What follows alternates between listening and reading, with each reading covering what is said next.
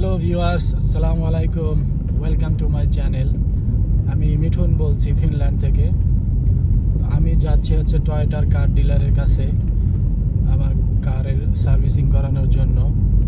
তো সেখানে যেতে যেতে আপনাদের সাথে আমি আমাদের যে পথে যাচ্ছি সেই রাস্তার ভিউ শেয়ার করব এবং রাস্তায় যে ট্রাফিক সাইনগুলো আছে, ট্রাফিক রুলসগুলো আছে, সেগুলো নিয়েও কথা বলবো এবং গাড়ি সম্পর্কেও কিছু ধারণা দিব যে আপনারা যারা নতুন গাড়ি কিনবেন কিভাবে গাড়ি কিনবেন, গাড়ি কেনার আগে কোন কোন বিষয়গুলো আপনাদেরকে জানতে হবে, চেক করে নিতে হবে, সেই বিষয়ে কিছু ধারণা দিব। তো আমি এখন আছি ফিনল্যান্ডের ভান্টা সিটির কর্সো শহরে। এই হচ্ছে কর্সোর সেন্টারের সব থেকে উঁচু বিল্ডিং, টলেস্ট বিল্ডিং এটা। তো এরকম প্রতিটা মেইন শহরেই একটা করে টলেস্ট বিল্ডিং থাকে। এটাই হচ্ছে এই কর্সোর টলেস্ট বিল্ডিং। তো খুব বেশি টলেস্ট বিল্ডিং ফিনল্যান্ডে নেই। তো একটা সিটিতে একটা দুইটা করে টলেস্ট বিল্ডিং থাকে, আর বাকিগুলো এইরকম সাইজের বিল্ডিং। তো এটা হচ্ছে কর্সোর ডাউনটাউন এরিয়া, সেন্টার এরিয়া। তো এখান থেকে আমি যাব হচ্ছে টয়োটার কার ডিলার, কার সার্ভিসিং সেন্টার, এয়ারপোর্টের কাছে টয়োটা এয়ারপোর্টের একটি ব্রাঞ্চ কার ডিলার আছে, সে পর্যন্ত যাব। এখান থেকে প্রায় 20-25 মিনিটের একটি ড্রাইভ। তো এই 20-25 মিনিট আপনাদের সাথে ড্রাইভ করতে করতে ড্রাইভিং নিয়ে অনেক আলোচনা করব, ট্রাফিক রুলস নিয়ে। তো যারা নতুন গাড়ি কিনেছেন বা সেকেন্ড হ্যান্ড গাড়ি কিনেছেন, তাদের জন্য গাড়ির অ্যানুয়াল মেনটেনেন্স করাটা খুব জরুরি। কেননা গাড়ির মেনটেনেন্স ঠিকঠাক মতো না করলে গাড়ির আপনার রিসেল করতে গেলে গাড়ির প্রাইস, রিসেল ভ্যালু কমে যাবে। সেজন্য আপনাকে গাড়ির ভালোভাবে মেনটেন্স করে রাখতে হবে। তো নতুন গাড়ি সাধারণত প্রতি বছরেই একবার করে মেনটেনেন্স, ইয়ারলি মেনটেনেন্স করাতে হয়। সো এখানে দুটো নিয়ম ফলো করতে হয়। একটা হচ্ছে যদি আপনার গাড়ি 15,000 কিলোমিটার ড্রাইভ হয়, তাহলে প্রতি 15,000 কিলোমিটার পর আপনাকে একবার করে কার সার্ভিসিং করাতে হবে। আর যদি বছরে 15,000-এর কম হয় ড্রাইভিং, তাহলে সে বছরে একবার সার্ভিসিং করাতে হবে। সো এখানে যে কোনো একটা ফলো করতে হবে, যেটা আগে আসবে। যদি আপনি এক বছরের আগেই আপনি 15,000 ড্রাইভ করে ফেলেন, তাহলে আপনি 1 বছর হওয়ার আগেই আপনাকে একবার আর সার্ভিসিং করতে হবে। আর যদি 15,000 ড্রাইভ না হয়, তাহলে আপনি বছরের শেষের দিকে আপনি একবার সার্ভিসিং করাবেন। So which one come first, যেটা প্রথমে আসবে সেই নিয়মে আপনি কার সার্ভিসিং করাবেন। হয় বছরের নিয়মে বছরে একবার করাবেন, বছরের শুরুতে, জানুয়ারিতে বা ডিসেম্বরে, যে হিসাবে আপনি যখন গাড়িটা কিনবেন সেই হিসাবে 1 বছরের মাথায়। অথবা যদি আপনার 6 মাসের মাথায়ও যদি আপনি গাড়িটা বেশি ড্রাইভ করেন, অনেক বেশি গাড়ি চালানো হয়, সেক্ষেত্রে আপনার 6 মাসেই যদি আপনার 15,000 কিলোমিটার ড্রাইভ হয়ে যায়, তাহলে আপনার বছরের হওয়ার জন্য অপেক্ষা করতে হবে না। আপনাকে 15,000 কিলোমিটার ড্রাইভ হওয়ার পরই গাড়িটা সার্ভিসিং করাতে হবে। সেটা যদি আপনার 6 মাসের মাথায় 15,000 কিলোমিটার ড্রাইভ হয় অথবা 8 মাসের মাথায় হয়, তাহলেও আপনাকে ওই সময় 15,000 কিলোমিটার হওয়ার পরই গাড়িটা সার্ভিসিং করাতে হবে। এটা ডিপেন্ড করে আপনার গাড়িটা কত নতুন। যত নতুন গাড়ি তত 15 থেকে 20, কোনো গাড়ি পুরাতন গাড়ি সেক্ষেত্রে 20,000 পর্যন্ত হয়তো বা যেতে পারে এটা বলে দিবে আপনাকে কার ডিলার, যেখান থেকে আপনি গাড়ি কিনবেন। তো সেখানে কোনো গাড়ি কিনতে হলে গাড়ি কেনার সময় আপনি যদি সেকেন্ড হ্যান্ড কোনো গাড়ি কিনেন তাহলে তার মেনটেনেন্স বুকটা দেখবেন। প্রতিটা গাড়িতে একটি সার্ভিস বুক থাকে, যে সে গাড়িটা কী রকম মেনটেনেন্স করছে, সে সময় মতো মেনটেনেন্স করছে কিনা, প্রতি বছরে একবার মেনটেনেন্স করছে কিনা, বা যে 15,000 কিলোমিটার বা 10,000 কিলোমিটার চালানোর পর পর যদি তার গাড়ি সার্ভিসিংয়ের করানোর নিয়ম হয়ে থাকে তাহলে সে সেটা করেছে কিনা, সেটা আপনি সার্ভিস বুক তার কাছে জিজ্ঞেস করবেন। তার গাড়িতে সার্ভিস বুক থাকে, সেই গাড়ির সার্ভিস বুকটা আপনি দেখে নেবেন যে গাড়ির মেনটেনেন্স করানোর পরে যেখান থেকে মেনটেনেন্স করায় সেখানে তারা একটা গাড়ির সার্ভিস বুকে তারা একটা সিল দিয়ে দেয় যে কত তারিখে সার্ভিস করানো হয়েছে, কি সার্ভিস করানো হয়েছে, এবং তখন সার্ভিসিং করানোর সময় কত কিলোমিটার চলেছিল গাড়িটি। তো সেই ইনফরমেশনগুলো থাকে, সেগুলো আপনারা দেখে নেবেন সেকেন্ড হ্যান্ড গাড়ি কেনার সময়। সেটা হতে পারে কার ডিলারের কাছ থেকে হোক বা কোনো প্রাইভেট পার্সনের কাছ থেকে হোক, যার কাছ থেকেই গাড়ি কিনবেন তার কাছ থেকে আপনি সার্ভিসিং সম্পর্কে জানবেন।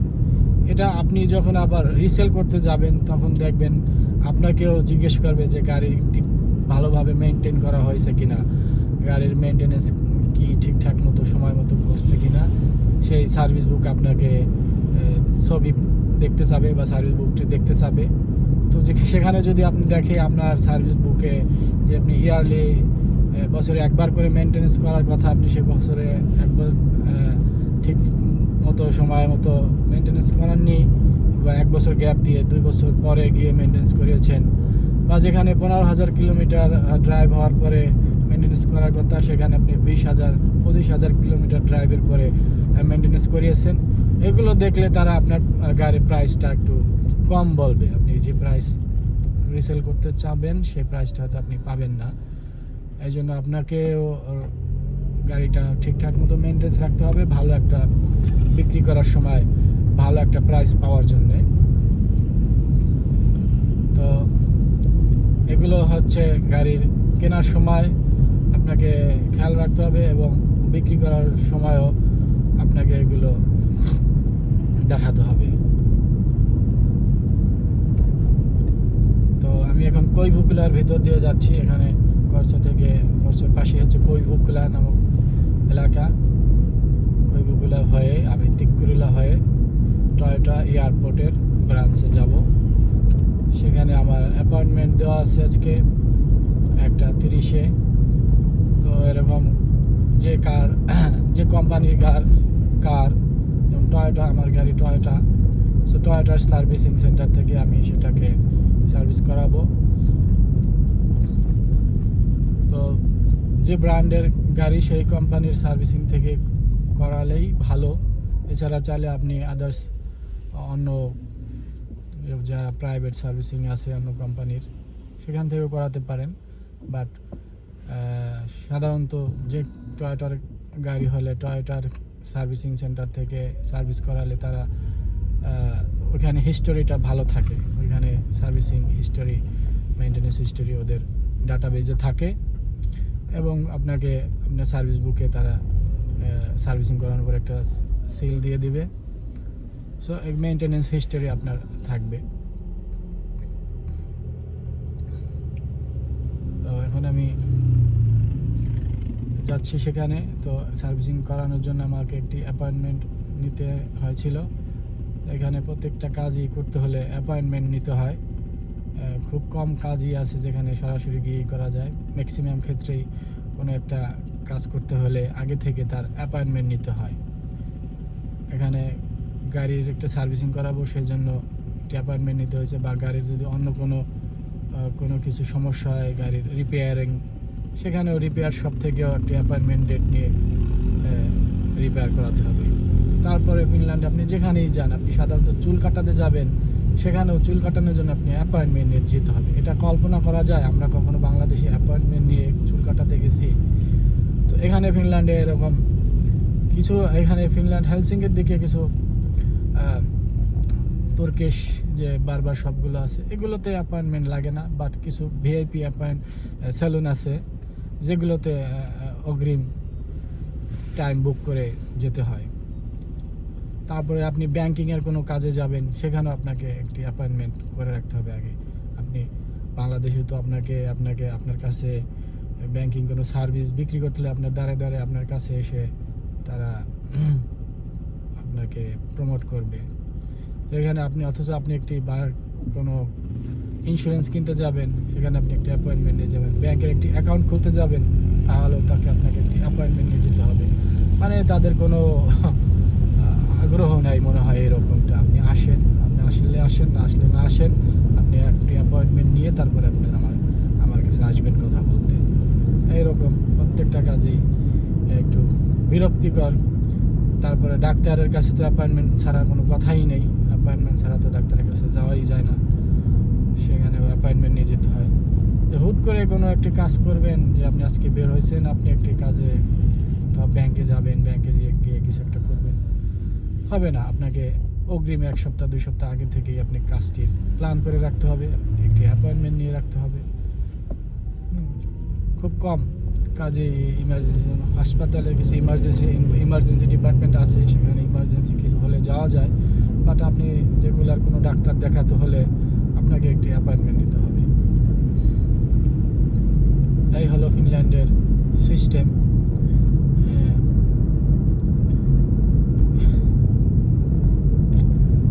তো এদের কাজ করার সিস্টেম একটু ভিন্ন। এরা মাল্টিটাস্কি, সেই জিনিসটা মনে হয় বোঝেই না। আপনি যদি কোনো বাংলাদেশের কোথাও কোনো কাজে যান, দেখেন একজন মানুষ আপনাকে একসাথে অনেকগুলো সার্ভিস দিবে। তো এখানে যে সার্ভিসটা দিবে সেটা কমপ্লিট না হওয়া পর্যন্ত তার নেক্সট কাস্টমারকে সে দিকে তাকাবেই না। এভাবে সে ফোকাস করে এক সিঙ্গেল সার্ভিস দেয়। তো এখানে আজকে একটু টেম্পারেচার বাড়ছে 0 ডিগ্রিতে। গত সপ্তাহ বেশ লো টেম্পারেচার ছিল, -15, 17, 20, -20 পর্যন্ত হেলসিঙ্কি এরিয়াতে গেছিল। এখন আবার টেম্পারেচার আপ হয়েছে, এখন আছে আজকের টেম্পারেচার 0 ডিগ্রি। তো এই জন্য রাস্তার যে স্নো জমেছিল সেগুলো গলে গেছে, বাট রাস্তার পাশে যেগুলো এখনো জমা আছে গাছের মধ্য দিয়ে দেখতে পাচ্ছেন, সেগুলো এখনো আছে। বাট রাস্তার উপরে পিচ ঢালাইটা এখন বের হয়ে আসছে। আর এখানে গাড়ি চলতে চলতে গাড়ির চাকার সাথে এইগুলো গলে গেছে।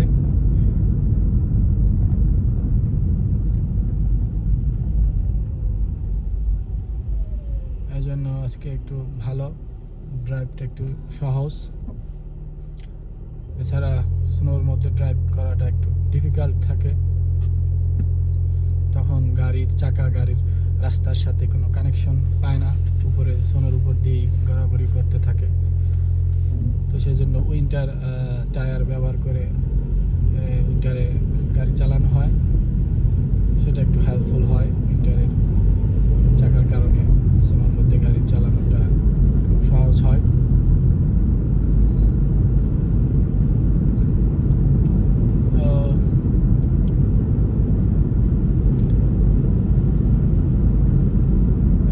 ফিনল্যান্ডের অবস্থা দেখতেই পাচ্ছেন, রাস্তার অবস্থা, চারপাশে স্নো। এরকম সারা উইন্টার জুড়েই এরকম স্নো জমে থাকে। এটা এখন জমে আছে, রাস্তার উপরে খুলে গেছে, আবার 1-2 দিন পরে আবার স্নো পরে জমে যাবে। তো এরকম পুরো উইন্টার জুড়েই এই স্নো থাকবে, শেষ হবে না, গলবে। তো মের দিকে এগুলো একদম গলে গিয়ে তারপরে সামার শুরু হবে মে থেকে।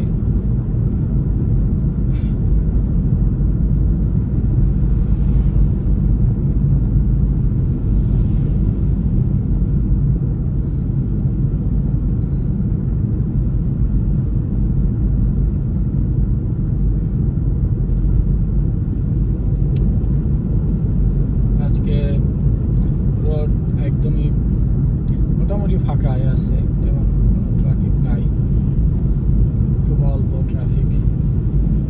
ফ্রাইডে ওই যে অফিস টফিস শপিং মল সবই খোলা।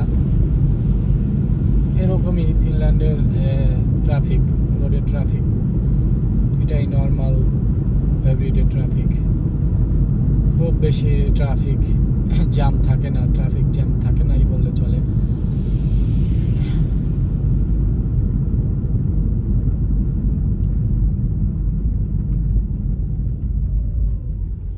উপরে সাইন দেখতে পাচ্ছেন কোন রোড কোন দিকে গেছে।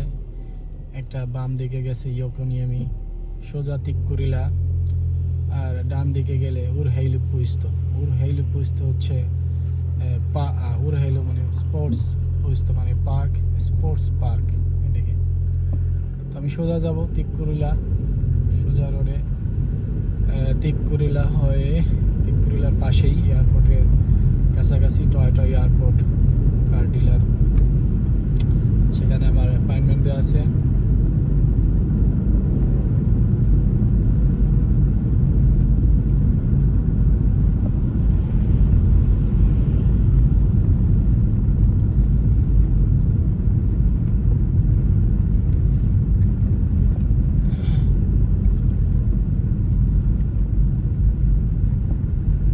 বেবি ক্যারিং করে একটা ক্যারিং এর মধ্যে দিয়ে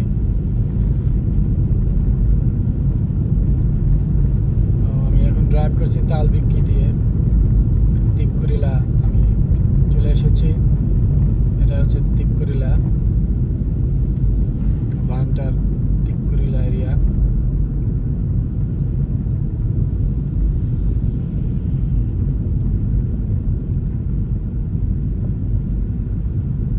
এখানে দেখতে পাচ্ছেন অনেকগুলো রোড সাইন একসাথে।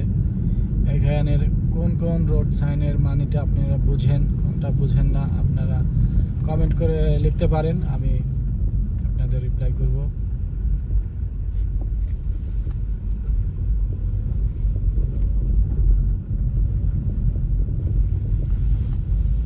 রাস্তার উপরের পোলের উপরে রোড ডাইরেকশন দেওয়া আছে, কয়টা লেন এবং কোন লেন কোন দিকে গেছে সেগুলোর সাইন দেওয়া আছে।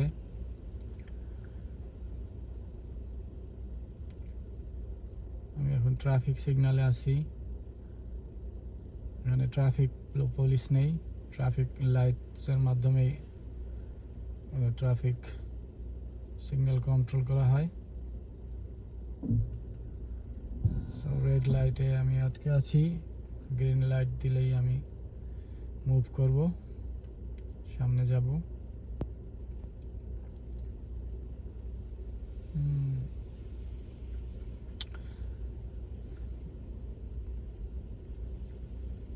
আমি প্রায় চলে আসছি, তিক্কুরিলার মধ্যে আছি, তিক্কুরিলার পাশেই। আর 5-6 মিনিট আমার লাগবে আমার টয়োটার কার সার্ভিসিং সেন্টারে যেতে।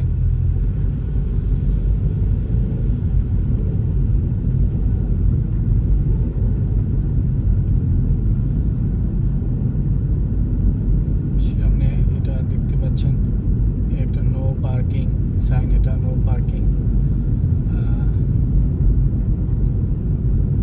এইরকম এই সাইনগুলোই বেশি দেখবেন সিটির মধ্যে ড্রাইভ করলে, একটু পরপরই নো পার্কিং সাইন। এই যে আবার একটি নো পার্কিং সাইন, তারপরে সামনে স্পিড লিমিট সাইন, একটু কনস্ট্রাকশন চলতেছে সেই রোড সাইন। এটা একটি রোড ডিভাইডার, যে কোন দিক দিয়ে যেতে হবে, এই দিক দিয়ে যেতে হবে।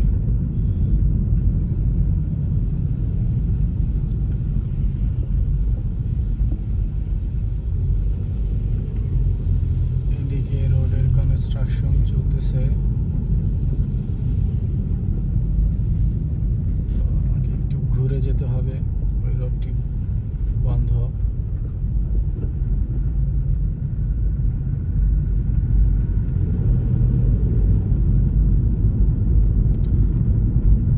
লিমিট শেষ, 50 লিমিট শুরু।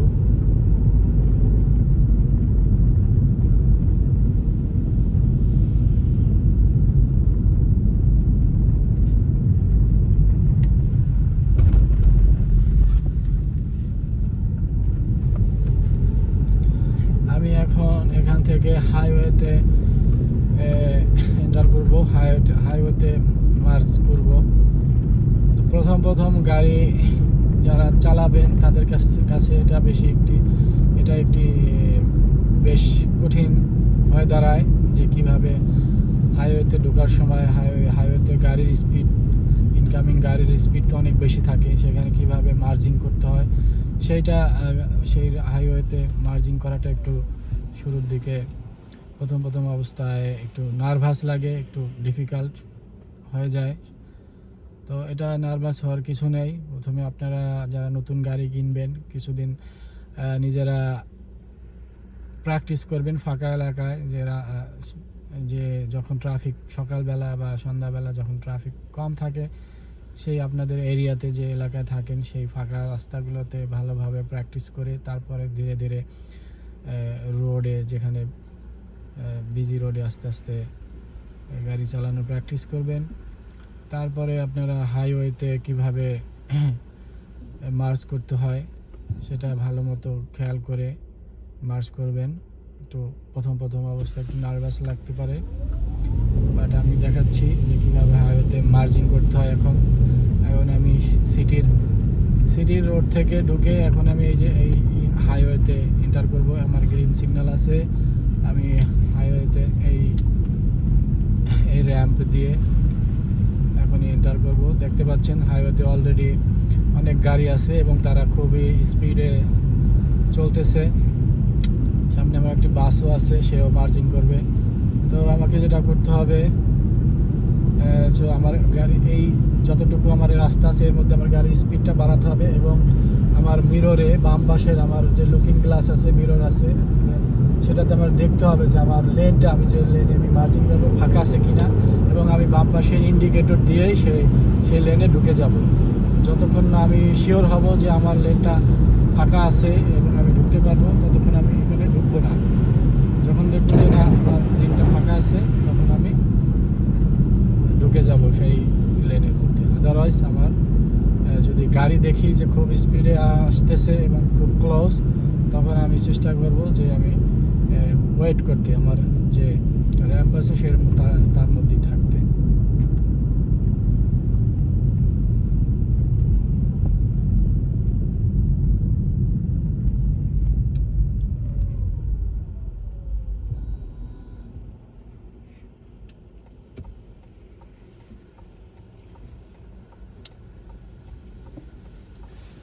আমি মার্জিং করে আবার এক্সিট করে ফেলছি। আমি আবার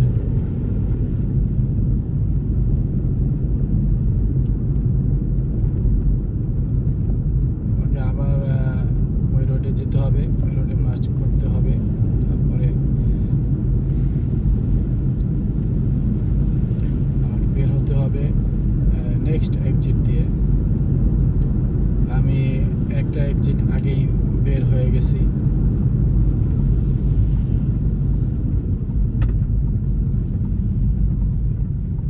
তো আমি আবার আপনাদেরকে মার্জিং করে দেখাচ্ছি, হাইওয়েতে আবার মার্জিং করব এখন।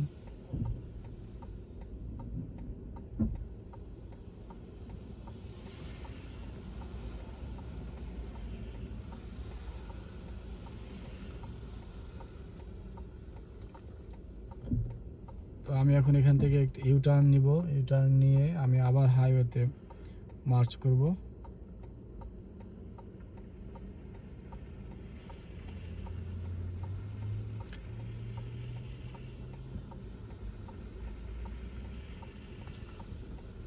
আমাকে সময় মতো যেতে হবে। 1:10 বেজে গেছে, আমার 1:30 অ্যাপয়েন্টমেন্ট নেওয়া আছে, বাট আমার হাতে সময় আছে আরও 20 মিনিট। আমার 20 মিনিট সময় লাগবে না, আমি আরও কম সময়ের মধ্যেই সময়ের আগেই পৌঁছে যাব। তো আমি এখান থেকে ইউটার্ন নিয়ে আমি আবার হাইওয়েতে মার্চ করব এবং নেক্সট এক্সিট দিয়ে আমি বের হব। কারণ আমার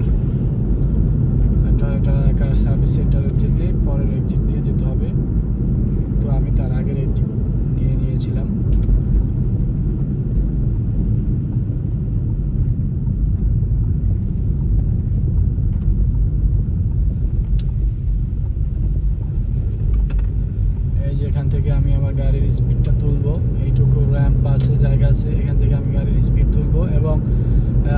পাশের যে মিরর আছে সেখানে আমি লুকিং গ্লাসে রেয়ার মিররে আমার ড্রাইভিং সাইডে যে মিরর আছে সেটাতে আমি দেখবো আমার গাড়ি কত দ্রুত আসতেছে এবং গাড়ি কি পর্যাপ্ত দূরে আছে কিনা সেটা দেখে গাড়ির স্পিড তুলবো এবং লেনে মার্চ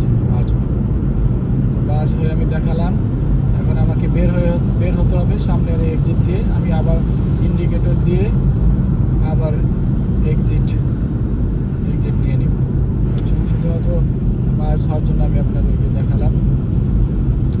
তো এই এক্সিট দিয়ে আমি এখন বের হচ্ছি, মার্চ হয়ে আবার বের হয়ে গেছি।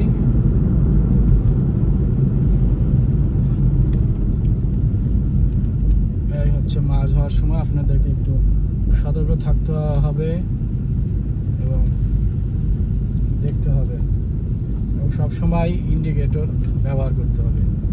আপনি যে মার্চ হতে চাচ্ছেন আপনাকে ইন্ডিকেটর দিতে হবে এবং হাইওয়েতে হোক এবং সিটি রোডে ড্রাইভ হোক, যে কোনো সময় লেন পরিবর্তন করার সময় অবশ্যই ইন্ডিকেটর দিয়ে লেন চেঞ্জ করতে হবে।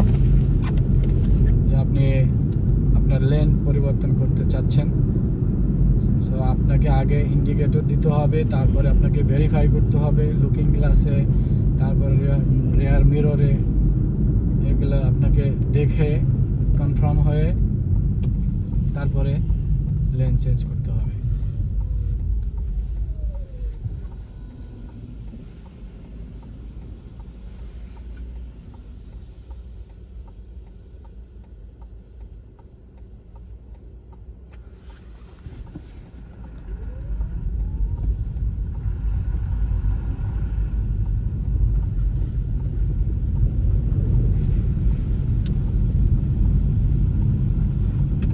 গাড়ি গ্লাসে একদম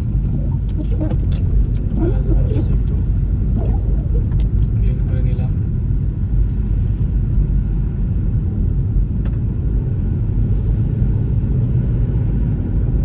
তো প্রায় চলে আসছি আমি।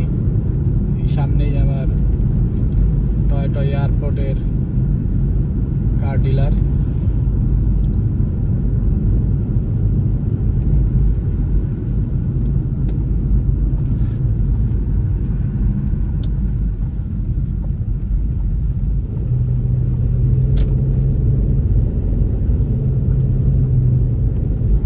দেখা যাচ্ছে সামনের এই বিল্ডিংটাই হচ্ছে টয়োটার এয়ারপোর্ট।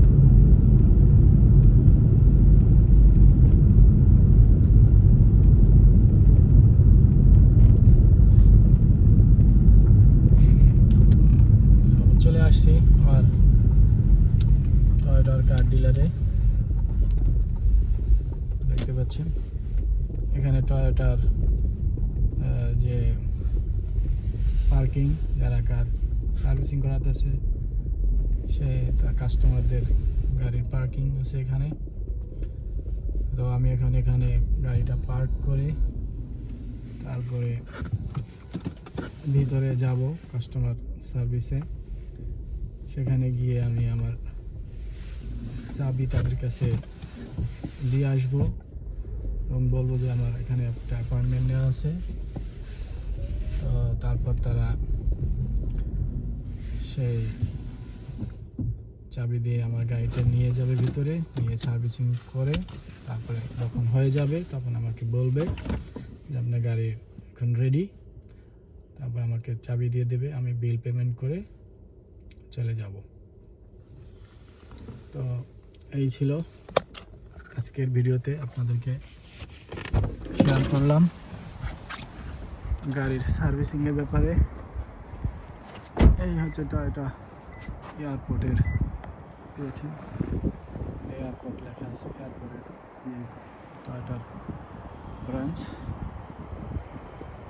এবং এখানে আছে পিকআপ ইনস্ট্যান্ট সার্ভিসিং।